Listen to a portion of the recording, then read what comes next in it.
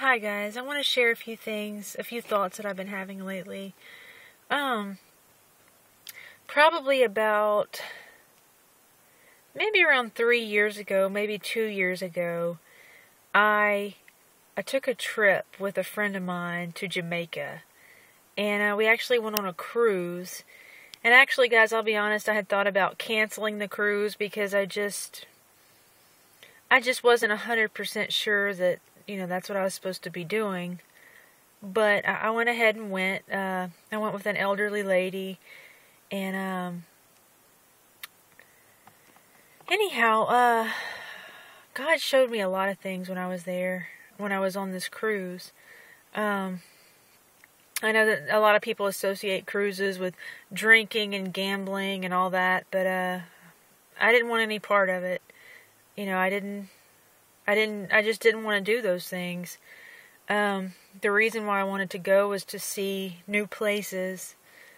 And, anyhow, I just want to talk about a trip. Whenever we got to Jamaica, just some of the things that I learned when I was there.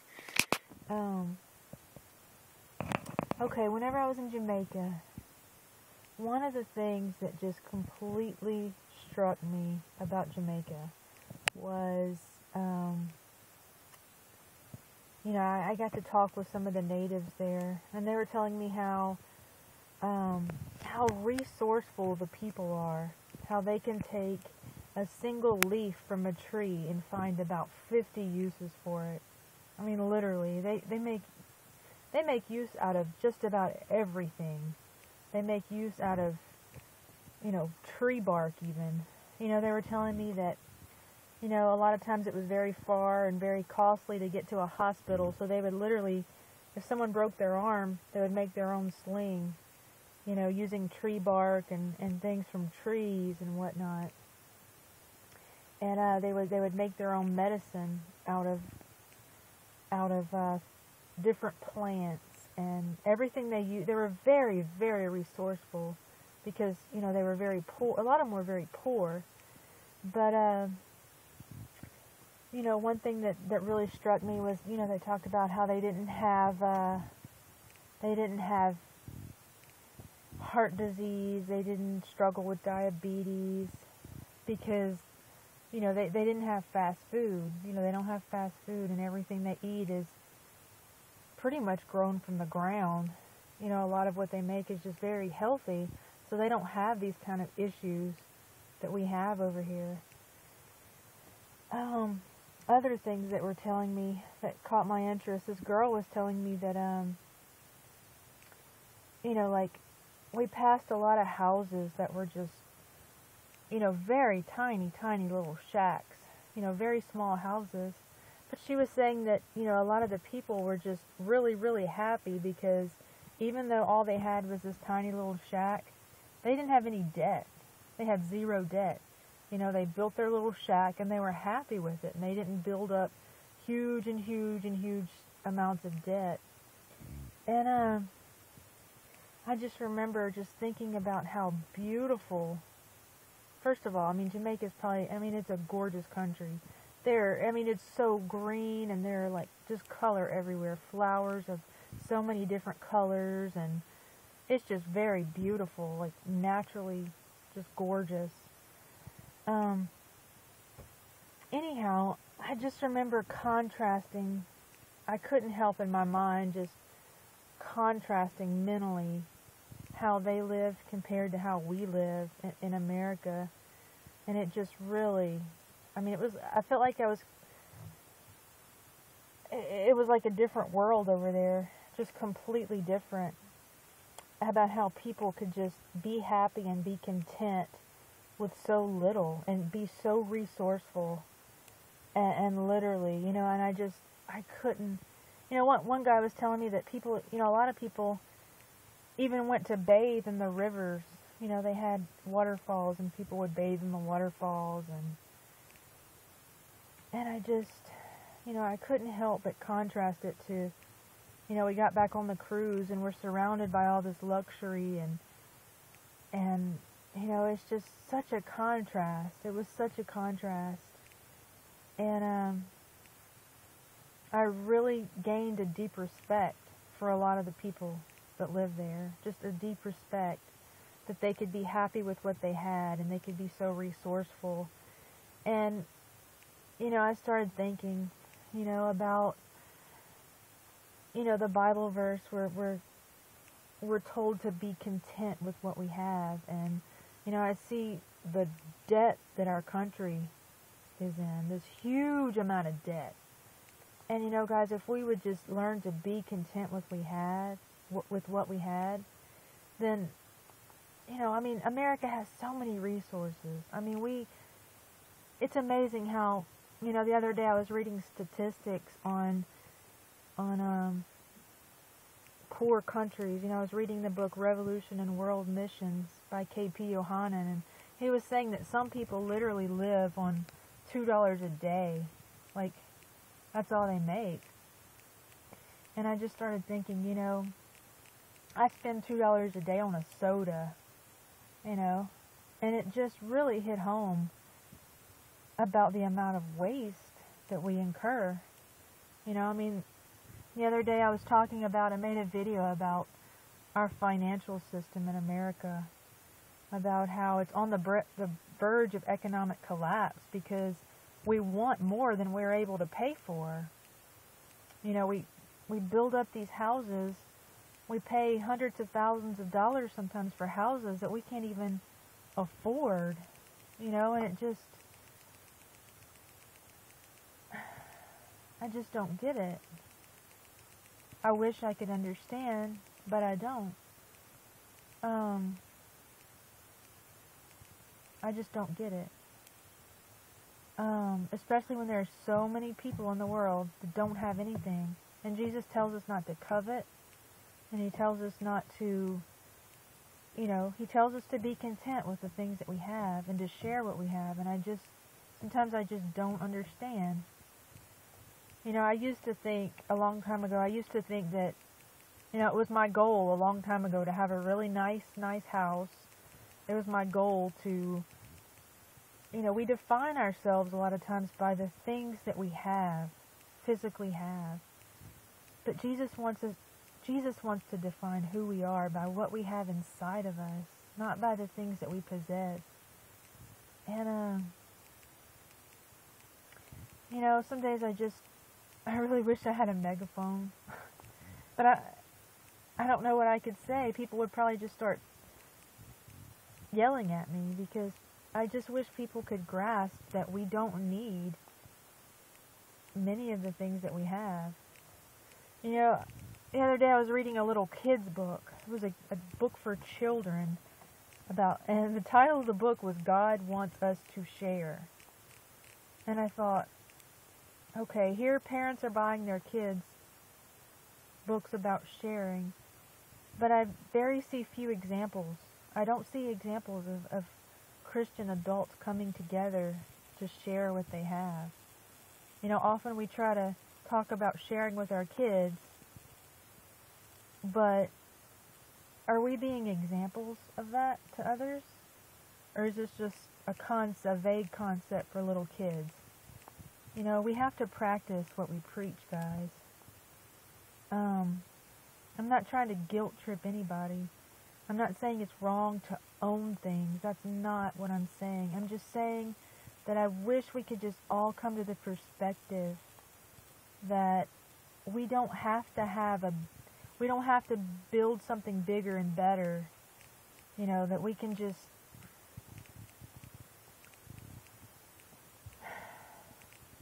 Jesus said that whoever was willing to give up homes and lands and things and like that, unless they were willing to give up things, then they couldn't be His disciple. And there's something else really important I want to share.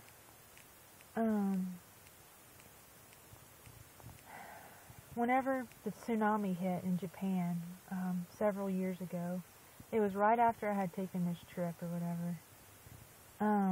I turned on the TV and I saw everyone's houses that were just collapsed. In a single wave, everything people owned was gone. I saw cars stacked up 30 feet in the air in a pile of rubbish. And I thought to myself, you know, these people have worked their entire lives. Their entire lives have been built, you know, just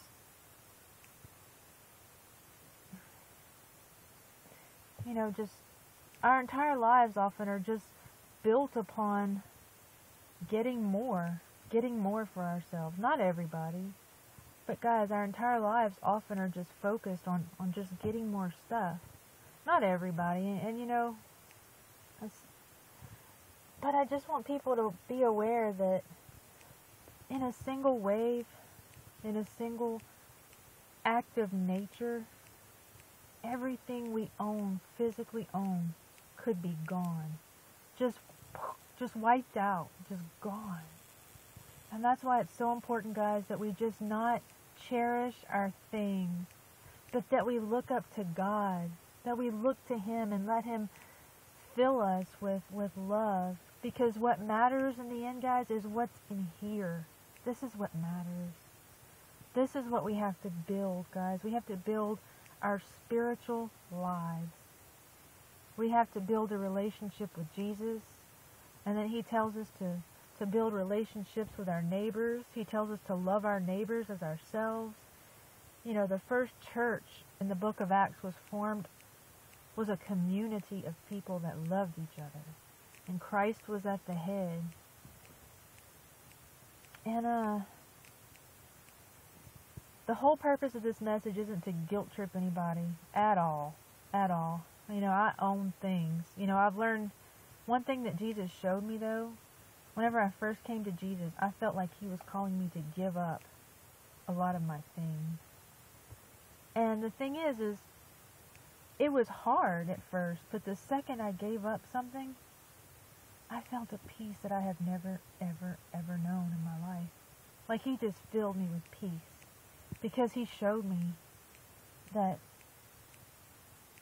nothing else matters but Him. Nothing. In the end, the only thing that's going to matter is how much, is if He's in our heart. That's all that's going to matter. He tells us to store up our treasures in heaven, not on earth, where they can rust and fade. And you know, He tells us to store up our treasures in heaven.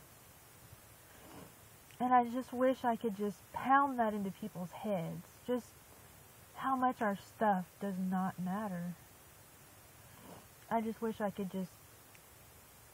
But I don't know how to get the message across. I really don't. You know, I don't know. I guess maybe I am trying to get the message across. That's why I'm making these videos to begin with. Trying to think if there's anything else I want to say. I guess the whole purpose of this message, guys, is, you know, nothing that we have on this earth, nothing, even compares to Jesus. If He's calling you to give up something, then give it up. If He's calling you to share with somebody, then don't be afraid of that. Don't be afraid. Don't let fear dominate your life. Fear is a spirit, and fear is not of God. He has not given us a spirit of fear, but a spirit of power, of love, and of a sound mind. So if Jesus is calling you to give up something, guys, then I encourage you to listen and to obey. Because in the end, all of our stuff is going to be dust anyway. I remember reading a story whenever I was in high school. It was by a Russian author, maybe Tolstoy, I can't remember. But the name of the story was How Much Land Does a Man Need? And I can't remember the entire premise of the story, but this man, I think this man was just, his entire life was just spent just trying to acquire wealth, and, you know, he might have ignored the people around him. And at the end, all he needed was a 6-foot hole because he couldn't take any of the land with him. They buried him in the ground 6 feet deep. So guys, store up your treasures in heaven, where moth and rust cannot take it away.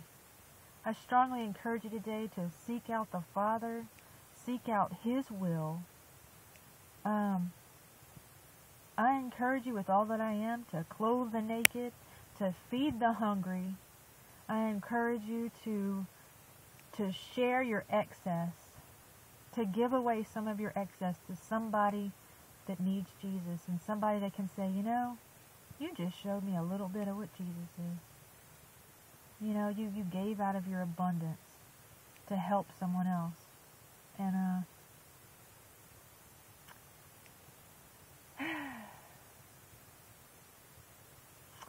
alright, I love you guys, and I hope you guys have a good day. Alright, if I offended anyone, that was not my intention.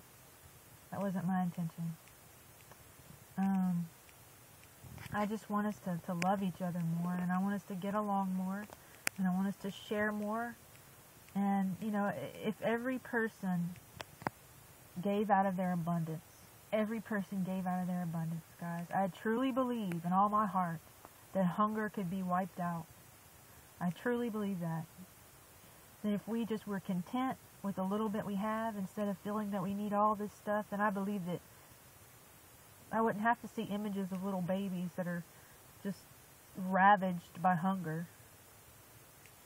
So, I heard a quote, I think it was Mother Teresa, and someone was asking, well, how come God doesn't, you know, if God exists, then why are all these hungry people, you know? But one day God's going to ask us, how come there are all these hungry people? Whenever He tells us plainly to feed them. God tells us to feed people. So we can't blame God. Anyhow, I hope you guys have a good day.